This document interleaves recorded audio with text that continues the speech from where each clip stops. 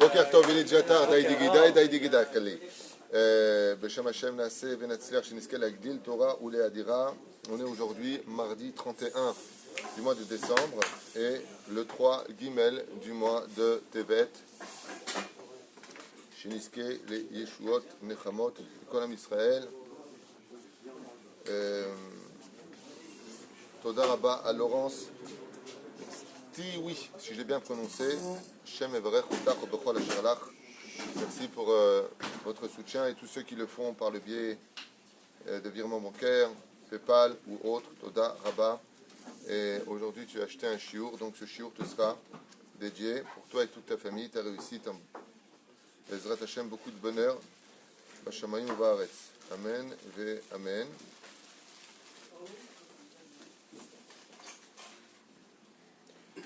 Une grande réfouach lemach lama meira définitive pour Moratimi, Ginette Shoshana et Michel Malka Benot Mesaouda, Adi Bat Ella, Shirel Perla, Simcha Bat Alisson Mazal, Sarah Taleb Bat Efrat Miriam Meir et Sarah Soufan, Yirmiyahu, Abraham Menusaada Ben Arosh, Fred Ben Asher, Naomi Naama Bat Noah, Eden Bat Simcha Eliyahu, Amar Ben Ali Simcha Refael, pardon, Salomé Rachel Per Chaya Bat Miriam, Ariel Mazal Bat Mesaouda, ואיתם אשר ג'מי היקר בן משה וכל ישראל בכל אתר ואתר que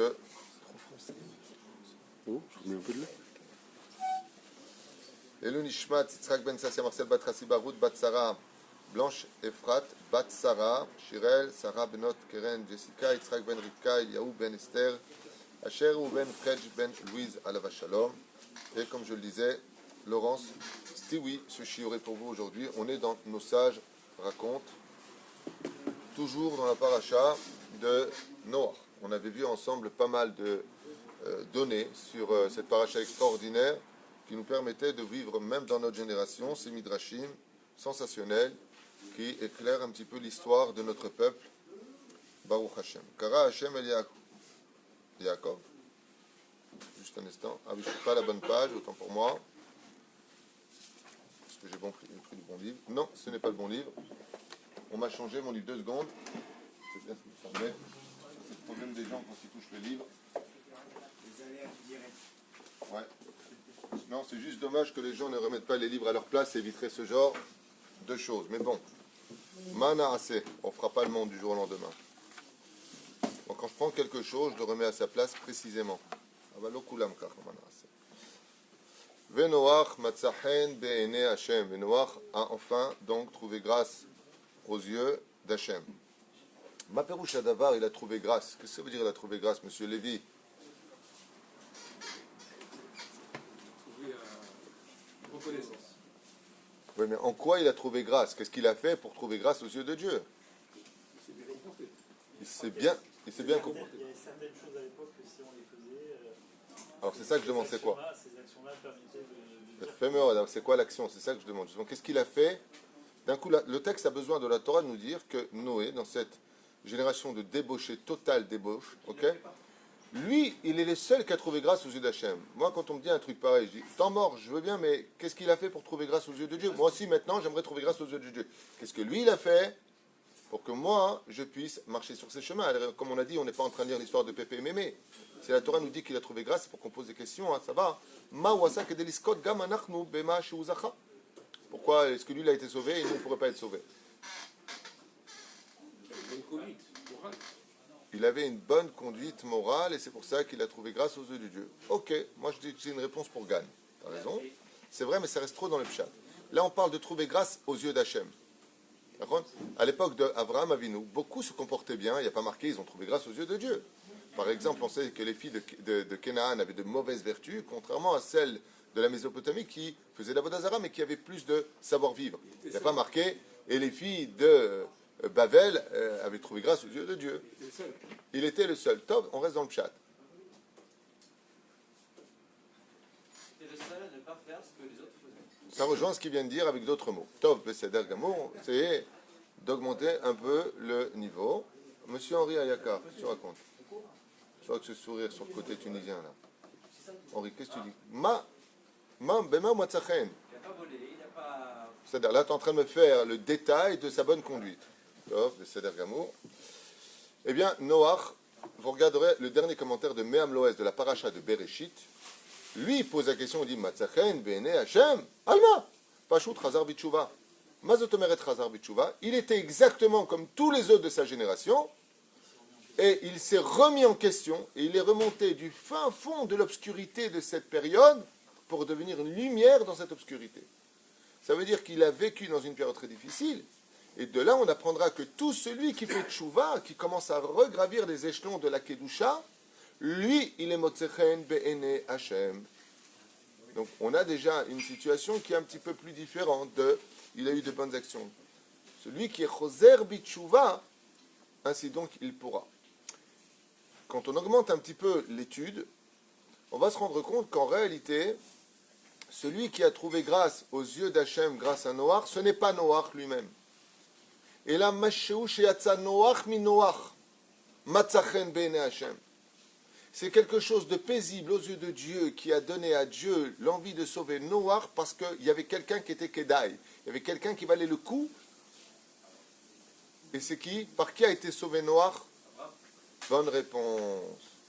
Noach Matzachen Bene Hachem. Ki ra'a Akadosh Baruch Hu et Avraham, itzil et Noach. Parce qu'il a vu Avraham Avinu, alors il a sauvé Noach. Ça veut dire que s'il n'y avait pas eu, où est-ce que c'est marqué maintenant, pratiquement, explicitement dans une Mishnah? Masechet Avot, 5e chapitre. Eser Dorot mi Adam ve ad Noach, qui ont fâché Dieu et patati patata, 10 générations de Adam jusqu'à Noé, d'Adam Arishon jusqu'à Noach, ok? Et 10 générations de Noach jusqu'à Abraham. Et là, d'un coup, la Mishnah nous dit Ad, mais c'est Ad, jusqu'enfin quoi? Chez Bavram Kibel Srar Kulam. Et c'est lui qui a eu le salaire de tous. Normalement, on aurait dû dire 10 générations de Adam jusqu'à Noach, Ad Sheba Noach, Vitzilet Haolam. Non. La Torah ne s'arrête pas à Noach, si ce n'est qu'en tant que station pour dire il y a eu 10 et 10. C'est-à-dire que Noach n'a été que le tremplin d'une réussite que grâce à qui? À Abraham. Et d'où est-ce que tu vois ça? Qui bel srar kulam, qui a eu le salaire d'avoir sauvé le monde. Est-ce que c'est marqué Noach une seule fois? Non, c'est Abraham. C'est parce que Dieu, il a vu que Abraham descendrait de Noach que Noach a été sauvé. Et c'est une des raisons pour laquelle, chers amis, souvent, vous allez vous poser la question ou pas. Je ne sais pas, mais enfin bon, il y a des gens qui se posent souvent la question. Comment se fait-il qu'on voit des gens qui sont et Dieu, il les sauve de tout, ils s'en sortent tout le temps, et comment tu dis, Baba, tu veux des lunettes là-haut, quoi? Tu vois pas que nous, on est mieux qu'eux? Eh bien, Bémet, c'est vrai. Tu vois la personne, tu fais son compte, tu vois que celui-là, par exemple, Bémet, il est tzaddik, il n'y a pas de problème, patati patata. Et de l'autre côté, tu vois que l'autre à côté, bon, il n'est pas racha, il n'est pas tzaddik. C'est un juif qui est cool. Voilà, il est à peine traditionnaliste, il fait des avérotes, il fait des mitzvot. C'est quelqu'un de bien. Mais il ne mérite pas à ce point-là de réussir tout ce qu'il fait. Réponse, c'est parce que de son naître à lui va naître dans 2 générations un tzaddik qui va illuminer le monde.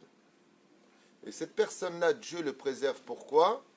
Parce que de sa descendance va devenir, c'est-à-dire que de sa descendance à lui va venir une personne qui va changer l'histoire du monde, qui va apporter un plus dans le monde.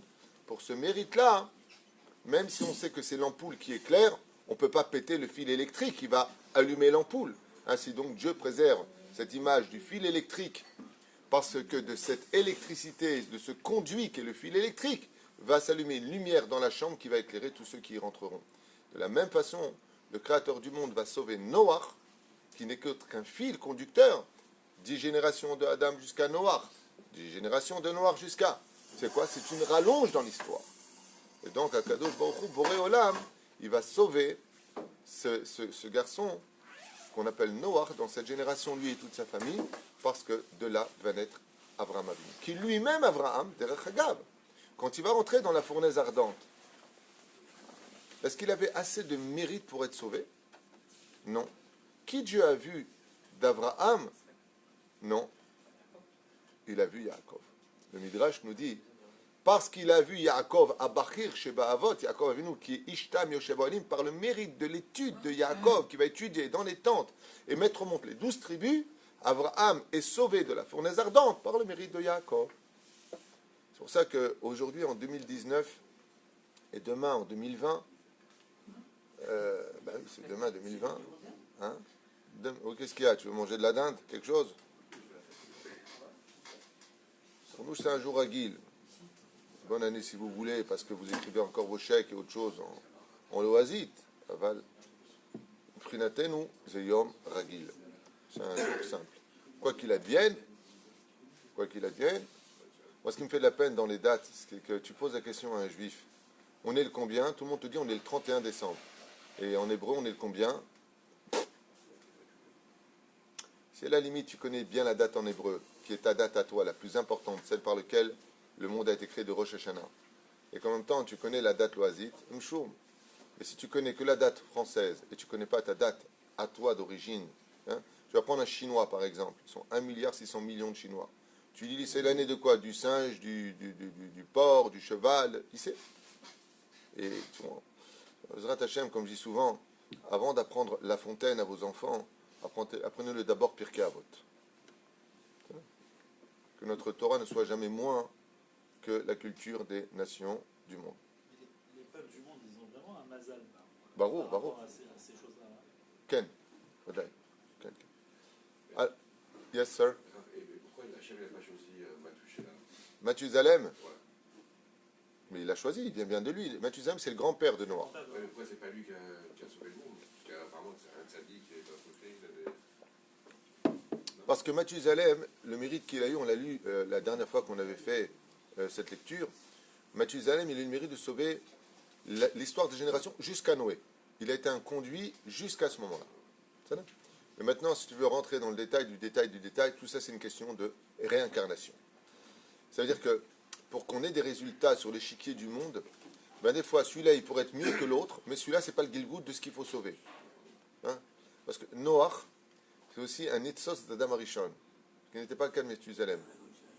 Donc si on rentre dans les détails et regarde le Shari Gilgulim, le Harizal, il explique que celui-là c'est le nefesh de telle personne, personne ne peut prendre sa place, parce que c'est lui qui a fauté, donc c'est lui qui doit réparer.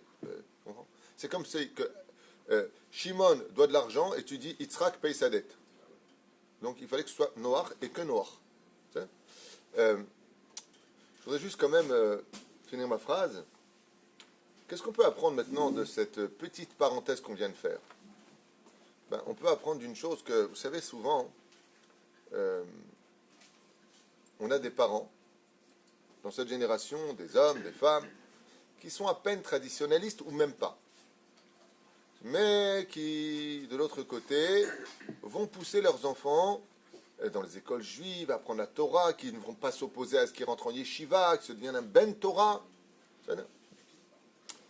Alors, on va leur dire deux phrases. La première, c'est « dommage que tu ne le fasses pas pour toi », comme c'est marqué à propos de Noach. « Et les toldot Noach » Noach. Noach, il a été intelligent. Il n'a pas dit « bon, moi, j'ai raté ma vie, je vais faire de mes enfants des gens qui vont réussir leur vie spirituellement. » Non. Il a compris. Pourquoi je vais sauver les autres? D'abord, je me sauve. Après, je sauverai les autres.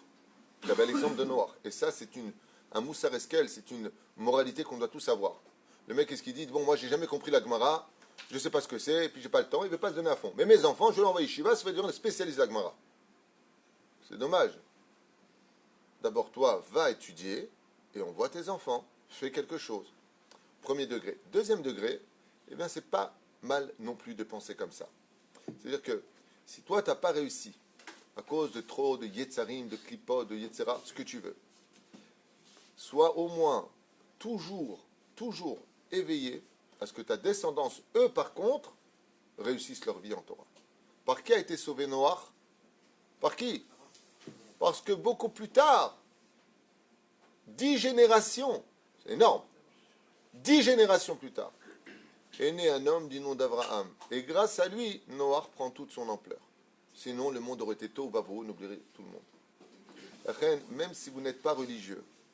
Et donc, c'est un message que je vous lance par rapport à ce petit midrash qui paraît tout à fait inoffensif et futile. Pas du tout. si vous n'arrivez pas, vous, aujourd'hui, à monter les échelons de la Kedusha, de la Torah et des mitzvot, et que vous avez le bonheur d'avoir une fille qui est pudique dans cette génération, un garçon qui veut étudier la Torah, alors n'oubliez pas un détail. Maintenant, votre avenir à vous, il va dépendre de lui. Les Ma'adavar Domé, à quoi ça ressemble? En image, ça ressemblerait à une personne qui a ressemblé toute sa vie à une ronce, et puis qui va se battre pour qu'en haut de son histoire soit déposé 13 pétales de rose. Ensemble, quand on la présente, ça fait une rose.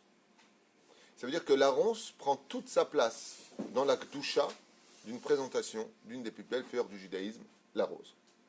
Et c'est ça que vient nous enseigner ici ce Midrash. Par qui il a été sauvé, Noach? Parce que Baruch Hashem, des pétales de rose se sont déposés dans sa descendance. Alors toute la ronce est devenue une belle fleur. Il a le droit d'exister et il a le droit de vivre. Vematzachen be'ene Hashem. On voit que la notion matzachen be'ene Hashem, quand est venu l'Égyptien pour frapper Datan et Aviram, et que Moshe Rabbeinu alav shalom est venu pour le frapper, il a regardé à droite, il a regardé à gauche. Il a peur que quelqu'un le voie, c'est le prince d'Égypte. Ombrim Chazal, il a regardé à droite. Est-ce qu'il avait un ancêtre qui était tzaddik? Et est-ce qu'il aurait un descendant à lui qui serait tzaddik? Il a vu à droite, il a vu qu'il n'avait pas d'ancêtre tzaddik. Il a regardé à gauche, peut-être que dans 20 générations, 30 générations, 100 générations, il y aura un tzaddik. Il a vu qu'il n'y avait pas de tzaddik. Qu'est-ce qu'il a fait? Il l'a tué tout de suite. Ça veut dire de là, qu'est-ce qu'on apprend de ces deux midrashim? On apprend que si Béhémet, il n'y a pas quelque chose de positif qui sortira un jour de toi, ben la Torah dit, ben toi tu ne mérites pas de vivre. C'est terrible. C'est terrible. Ça, on ne le sait pas aujourd'hui. Non. C'est pour ça qu'on tue personne grâce à Dieu. נשלחתי אליך לדבר השם להציל ולרפא את הארץ ולגלותך לך מה יקרה בה כדי שאוכל למנוע ממנה פורענות. Donc il lui dit comme ça, l'ange Raphaël, qui s'est adressé quand on dit que Dieu a parlé avec Noach, qui s'est adressé à lui? Quand on dit Dieu, c'est pas Dieu lui-même, c'est un ange. Alors ce qui est très curieux, je voudrais vous poser une question un peu bête. On est là pour étudier notre Torah à un degré qu'on appelle le drash, c'est-à-dire explique-moi ce que cela voulait dire. Comment se fait-il qu'il a envoyé l'ange Raphaël? On se serait attendu à ce qu'il envoie l'ange Gabriel.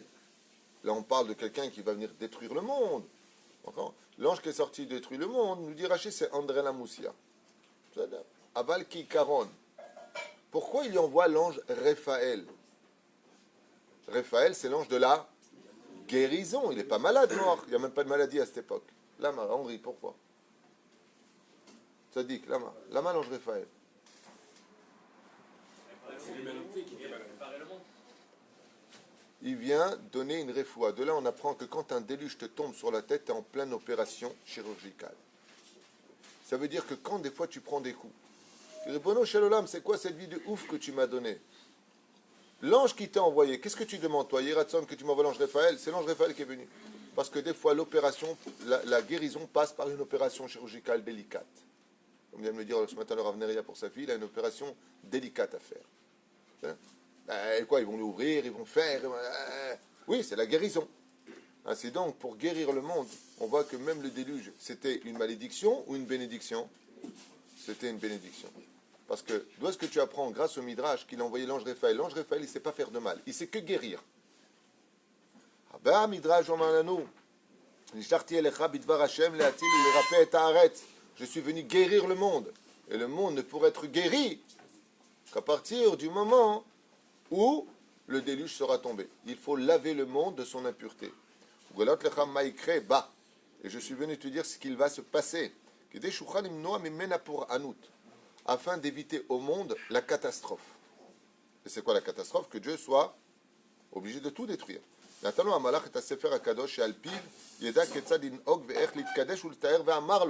qu'est-ce qu'il a fait l'ange Raphaël?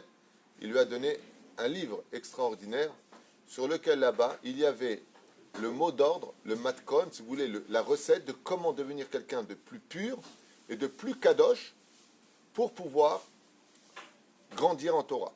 Otra matzah Hashem ish tzadik tamim bedoretra. Car Dieu a vu en toi un homme intègre, un homme simple, un homme qui serait capable de survivre à cette génération.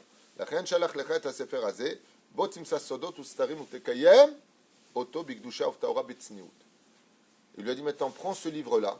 Donc comment ça a commencé le déluge? Il lui a pas dit tout de suite, va construire une arche. Il lui a dit d'abord, va te purifier.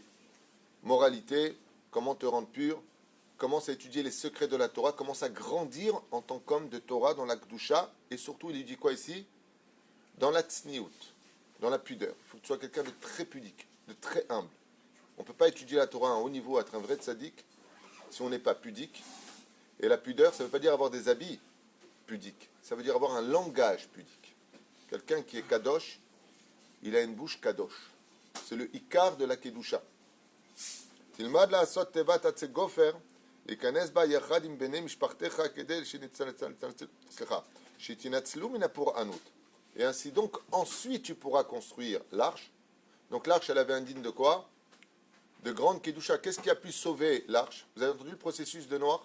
D'abord, tu deviens kadosh. D'abord, tu fais attention de t'arranger. Seulement après, quand tes mains seront pures, tu pourras construire l'arche. Qu'est-ce qui a sauvé Noach dans le Tachles? Est-ce que c'est son bateau? Non. Ce qui a sauvé Noach, c'est la Gdusha de ce qu'il était quand il a fabriqué l'arche. Par exemple, imaginez qu'il y a un très très beau Sefer Torah, écrit, mais magnifique.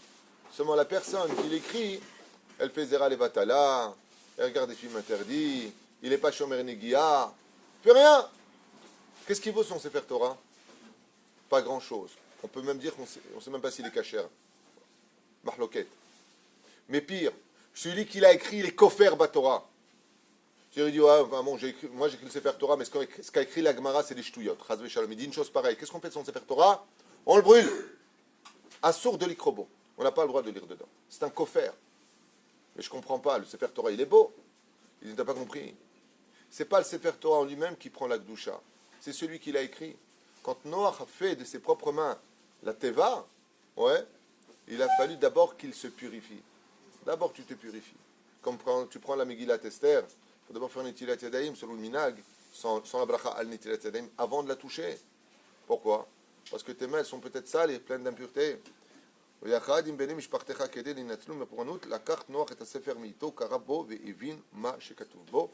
l'ange lui a expliqué grâce à Dieu. Et ainsi, Noach a pu comprendre le contenu du livre et d'abord se travailler à devenir pur avant de se fabriquer un bête midrash dans lequel il pourra rentrer, se sauver de toute cette extériorité extrêmement impure pour pouvoir, Bezrat Hashem, garder la Gdusha qui était en lui. Beaucoup de choses qu'on a appris aujourd'hui au niveau de la vie courante de tous les jours, combien il est important. Mais le Harizal, il dit par exemple que avant d'aller prier Shaharit Mincha Yarvit, quand tu rentres à la synagogue, va faire Netilat Yadayim, Bli Bracha. Tu as fait par exemple Mincha, ouais, tu fais Netilat. Tu vas faire Arvit, retourne dans Netilat. C'est pas obligé du tout, hein. C'est pas une halakha. C'est juste pour dire, je me sanctifie pour telle et telle chose. C'est-à-dire que je viens sanctifier ma personnalité pour telle et telle chose. Comme la prière, on peut tous prier. La Mishnah dans Masachet Avot nous dit, la Gemara, Ayu shuim sha'achat, la Mishnah, oui. Les Chassidim, Ayu shuim sha'achat, ifna tfila. 1 heure avant de prier, ils se concentraient. Pourquoi? Prière, on peut tous la faire. Hachem, c'est pas tiftar fiagité la terre. Tout le monde sait lire. Super, bravo, Mazel Tov. Mais comment ton esprit il est? Comment tu t'es préparé à cette prière? Comment tu te prépares à entrer dans un beth midrash, étudier la Torah, ou comment tu rentres dans une synagogue pour aller prier? Cet esprit, cette préparation, ce sera l'âme de toute cette formulation qui sortira de ta bouche. C'est-à-dire, des fois, on sort des mots qui prennent forme, mais est-ce qu'ils ont une âme? Ça dépend de ta kedusha. Kol tov.